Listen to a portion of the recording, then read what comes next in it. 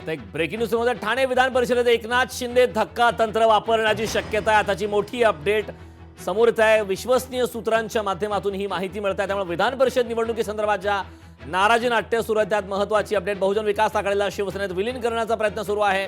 मतांची गोळाबेरीज वाढवण्यासाठी शिवसेनेची ही खेळी असल्याची माहिती समोर येते। त्यामुळे यामध्ये आता एकनाथ शिंदे यांना कितपत यश येतं हे पाहणं महत्त्वाचं आहे। रवींद्र फाटक यांचा आता पत्ता कट होण्याची शक्यता आहे। त्यामुळे बहुजन विकास आघाडी हितेंद्र ठाकूर यांचा जो पक्ष आहे तो पक्ष विलीन करण्यासंदर्भात सुद्धा सकारात्मक चर्चा सुरू असल्याची माहिती आहे। ठाणे विधान परिषदेसंदर्भातली महत्त्वाची अपडेट आहे। तत्पूर्वी आपण माहिती पाहिली की भाजपच्या 2 मंत्र्यांवरती ही जबाबदारी देण्यात आली होती की एकनाथ शिंदे यांची नाराजी दूर करण्यासंदर्भात मात्र आता मोठी अपडेट आहे। विश्वसनीय सूत्रांच्या माध्यमातून लोकशाही मराठीला ही माहिती मिळते। मतांची गोळाबेरीज वाढवण्यासाठी आता ही शिवसेनेची खेळी असल्याचं कळतंय। त्यामुळे एकनाथ शिंदे हे धक्का तंत्र वापरण्याची शक्यता आहे।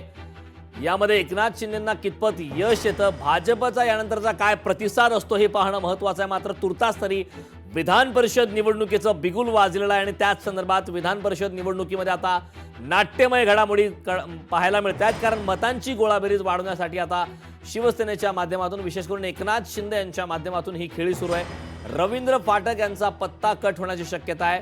उमेदवार म्हणून भव्याचे क्षितिज ठाकूर यांची एंट्री होण्याची शक्यता आहे।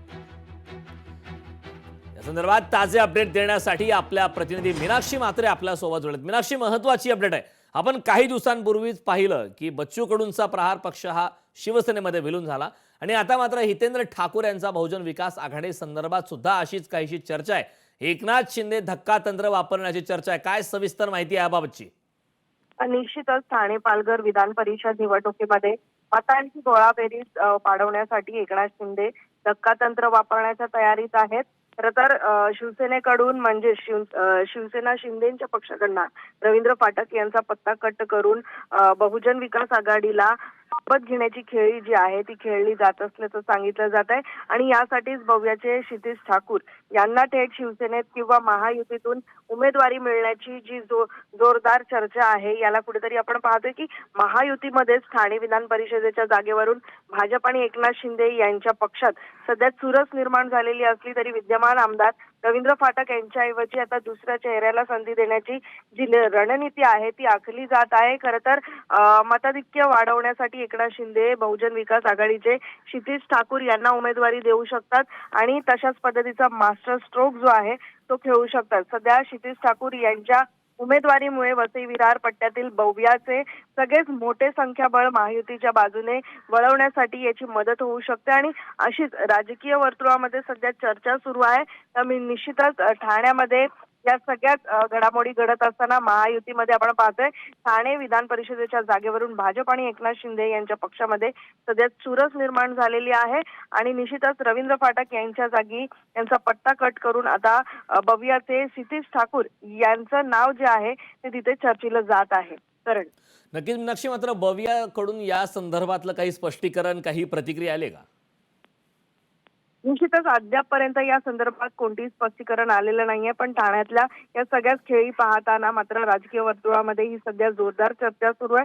त्यामुळे येत्या काळामध्ये निश्चितच शिंदे काय नेमका निर्णय घेतात हे देखील पाहणं महत्त्वाचंच राहणार आहे। मीनाक्षी, 2 महत्त्वाच्या गोष्टी आहेत आपण पाहतो। एकीकडे आपण तुर्तास काही वेळापूर्वीच एक बातमी दिली होती, यामध्ये एक महत्त्वाचा मुद्दा हा होता की भाजपचे काही 2 वरिष्ठ मंत्री आहेत त्यांच्यावरती एकनाथ शिंदे यांची नाराजी दूर करण्याची जबाबदारी दिल्याचं पाहायला मिळतंय आणि आता विधान परिषद निवडणुकीमध्ये नाराजी नाट्य जोरदार रंगलंय। याबाबत काय सांगशील?